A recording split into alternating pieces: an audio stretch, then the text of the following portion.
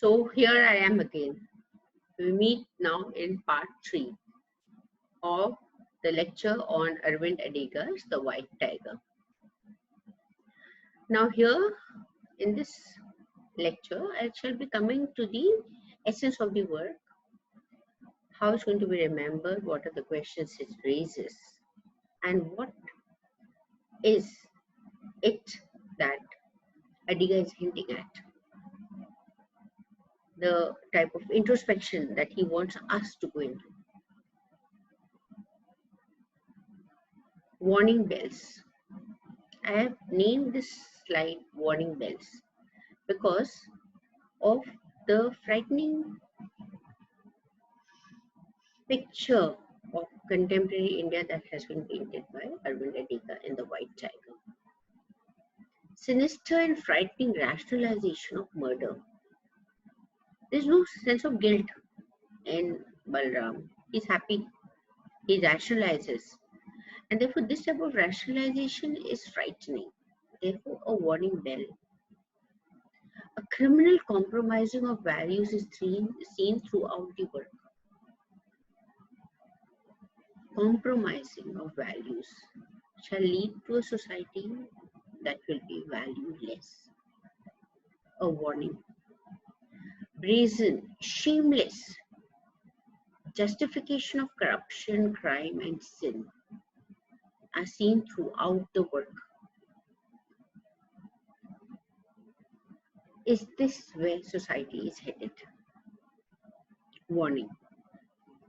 The frightening dualities in his character, the uncontrollable, seething, deep-seated rage that is evident in the character of Balram, the protagonist. Raises questions that how many such people are there in contemporary India. Self-fixation, no one to guide and direct. Existential confusions abound. No answers. Confusions and no answers. No one to give directions, guide, nurture. Half-baked Indians, the ideologies and dilemmas of a half-baked Indian. Go back to the first lecture where I have quoted from Arvind Adiga's novel, The White Tiger, talking about half-baked Indians. All the ideas half-baked. Neither here nor there. No clear-cut picture. No clear-cut direction. No clear-cut vision. That is what it is. The future leaders and entrepreneurs. Balram's school and Balram as father. In a very mean, satirical note, in the last letter written on the 7th night to the Chinese premier, Balram claims, "Ha, I am ready to become a father." Does that not sound threatening? If the qualities that Balram stands for are genetically transferred to the next generation, where are we headed? Isn't it a dark picture? And then he declares, he tells the Chinese premier that here he is an example of a very successful entrepreneur in contemporary India. And so the next thing that he's going to do is he's going to open a school. He's going to open a school to make entrepreneurs. Isn't that a warning? The means justifying the end. The end objective is to earn money, to become rich. And Balram Halwai has used all the wrong means. He's committed murder, that is the worst of it, taking another person's life. Looting and murder and no repentance. So is this what he's going to teach in the school of management for entrepreneurs that he's going to open? A warning bell. Such entrepreneurs, such rich If they open a school, what is it going to be like? Warning bells are being rung by Adiga, sarcastically, bitter sarcasm. Now, some other questioning thoughts that come to my mind. How did India end down here? Now, I know that all of you, my students, listeners, will have the same questions in their minds. Does the glorious past offer deep rooted means to sustain the subcontinent? Is it right and sensible to challenge age-old traditions? Do all traditions and their foot soldiers and leaders harbor secret ambitions for power?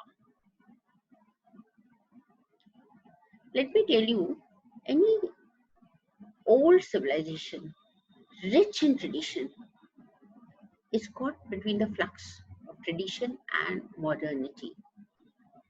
Where to draw the line? How much to borrow from the past? How mold it and shape it with modernity? How to blend for a successful formula? That is a very, very important question that comes to the mind. One cannot forget tradition completely, and keeping pace with modernism is equally necessary. So this thought comes to the mind, that how and where to blend the ideologies, the ideas that stand for tradition and those that stand for modernity. Has colonization shifted off the sense of pride and self-respect? Adiga's character has got a sense of pride and self-respect, but it is perverted. We do not agree with him when he boasts. We can understand him, but we do not agree with him. We judge him. But whether we should judge him or not, that's again a question, because he is a product of our times. He is a product of the economic crisis that India is in today. Another question that comes is, are we regressive politically and socially? Do we keep falling backwards? Instead of being progressive and thinking ahead, do we keep on falling backward where political thought is concerned, elections are concerned, where democracy is concerned, where the democratic procedure is concerned, and even where society is concerned, the social challenges? Because we can see that Adiga is there, raring to go into the modern world, into the rich, that which is symbolized by light. He has to escape the darkness. So these thoughts come to our minds. Now, Adiga's character shows another aspect. He's poor and then he becomes a murderer. So the question that comes is, does poverty bring out the worst in human beings? Does it? It is said that hunger is its own penalty. Hunger dictates the values. Hunger dictates the ethics. So the poverty ultimately does bring out the worst. Should not ending poverty be the top priority? We have been talking about poverty since independence. When I was a young girl, poverty used to be an issue. Today, I'm 60, poverty is an issue. So it has never been given top priority, and therefore there has been no solution. What are the covert veiled agendas of leaders? Is another thought that comes to the mind as we read Adiga's work. Gramsci's hegemony of power, will it hold in the future? When a common person like Balram becomes powerful, he uses the wrong means, he becomes powerful and rich. So the rich will dominate always. Is it going to hold? Is that theory of hegemony going to hold? Another question, how to tackle the sense of resignation and fatality? He resigned, This is a system. You have to become a part of the system. You cannot fight the system. You resign yourself to it. How to get over this? Another very important question that comes to the mind is the prey becoming the predator over here. He was from the darkness. Balram is from the darkness, preyed upon by the rich, by the landlords, by his master. But then what does he do? The tables are turned. He murders his master, steps into his name, loots some of his money, starts his own transport business, becomes an influential, respected citizen of Bangalore. So he was the prey, he has become the predator. He starts the same system all over again.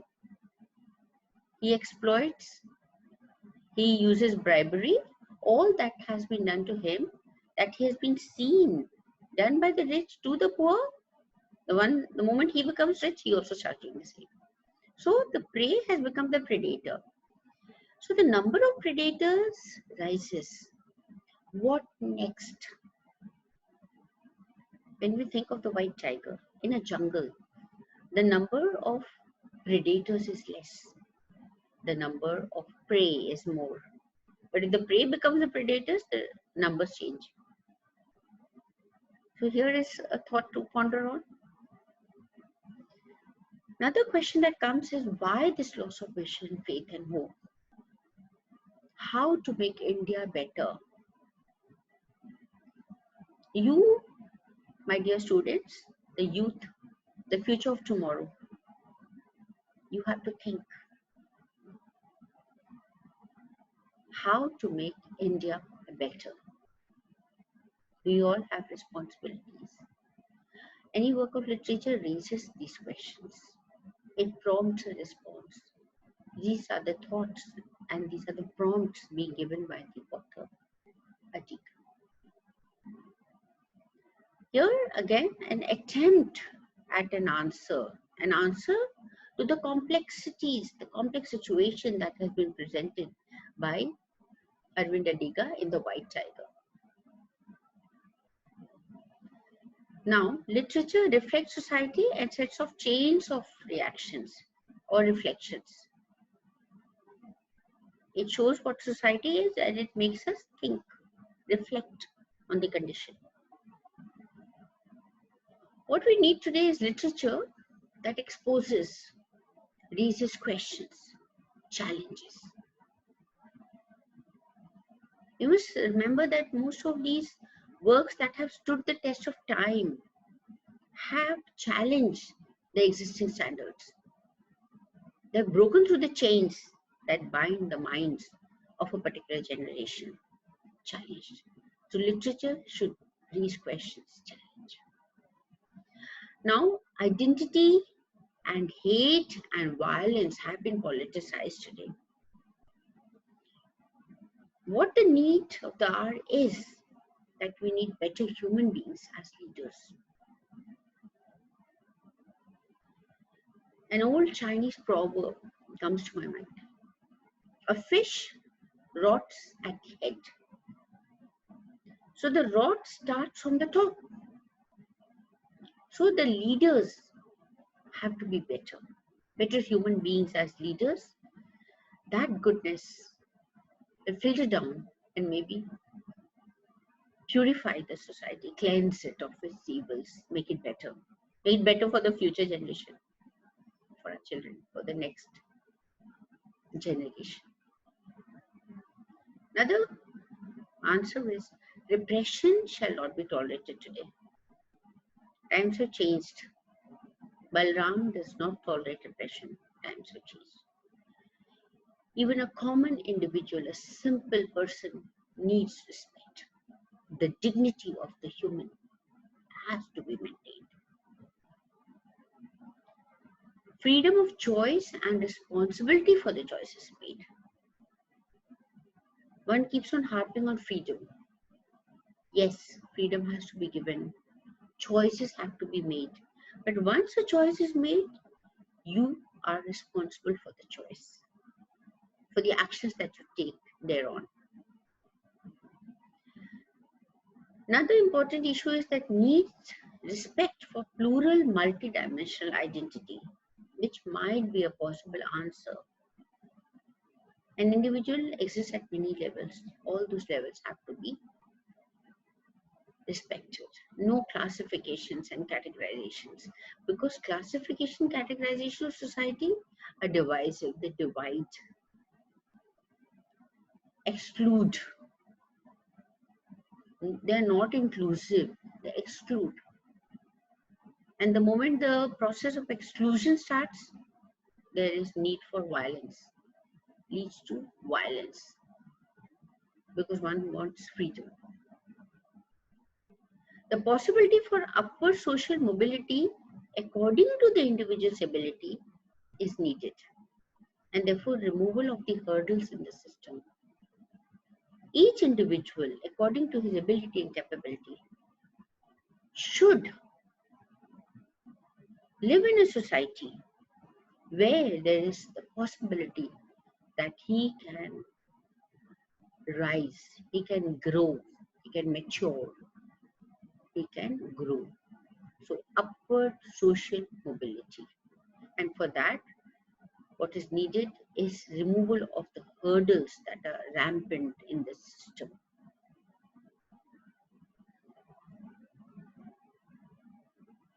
Now here, predatory animal instincts, that is what we have seen in the work.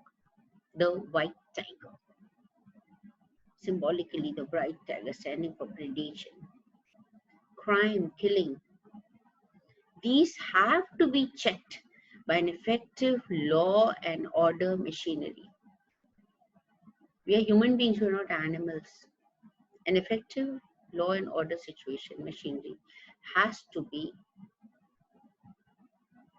made active to check the animal instincts. Globalization, the benefits of global economics should be shared fairly at all levels. Inequality, we have seen that inequality is something that Balram does not tolerate. It is one of the important themes. The unequal society in which we are living, the difference between the haves and the have-nots. So the benefits of global economics should be shared fairly at all levels. Such an economic system is the need of the hour. Appalling poverty, terrible inequality to be addressed by. How can it be addressed? The answer is improvement in governance, basic facilities, education, health, employment. The moment these are given, my dear Indians, our citizens of India, will flower. They will be at their best because there will be improvement in the basic facilities, health, hygiene, education, and employment. Employment is very, very important because that is the way in which the issue of poverty can be solved. Employment which will fight hunger, which will make society better. Now, another answer that comes to my mind is that one has to develop empathy and sympathy. But how? Can a person who's hungry be empathetic? Can he develop sympathy? It is only when you have enough to give that you feel kind enough to give. There are incidents, there are examples where even those who have nothing share, but they are very few, very, very few. If the majority grows economically, earns better, is no longer poor, then empathy and sympathy both are going to grow by leaps and bounds. So improving the economic situation is a very, very important answer. The problems posed by the white tiger demand economic progress. That will be the answer. Deep-rooted corruption. Any answer? See, I write any answer. I do not know. I do not have an answer to this. I'm reminded of Naipaul's works. He writes, an area of darkness, a wounded civilization, a million mutinies now. A million mutinies now, in which the common man mutinies, rebels. What next? The question that is posed is, what next? We have to look for an answer. It is our responsibility to look for answers. I have only made attempts. We have to look for an answer. And then I would always want to end on a positive note. Let us dream. Abdul Kalam, let's remember him. Let us dream. Let us hope. And let us act. Maybe that. And act in the right direction. Dream, hope, and act. I would like to end over here. Since this work, the White Tiger, is multi-layered, multi-dimensional, very, very complex, speaking at many different tangential points of view. What is required is a deep analysis of the text. I have attempted to do that. But you, the students, have to read through the work and come to it. All possible university questions have been more or less answered through this lecture. And the gaps have to be filled in by you. Coming back to the point I had made initially in the first slide, fiction and the reader. So indulge and read in the text again.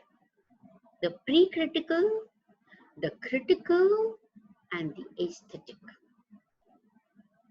You will be empowered. You will get the answers yourself. Answers found by oneself are remembered forever. So dear students, read the work, appreciate it, understand it, enter the world that has been created by him. It's a realistic world, easy to enter the fictional world created by Arvind Adiga. Enter it, understand it, move with the rhythms of the text, and at the same time be critical. Don't hold your criticism in check. Be critical, evaluate the text, question it, and understand it. I end my lecture over here. I hope you have understood what the work Arvind Adiga's White Tiger is about, and you will be able to do well. My blessings for all of you. God bless you. You are the future. We have high hopes from you, our dear, dear students. Thank you.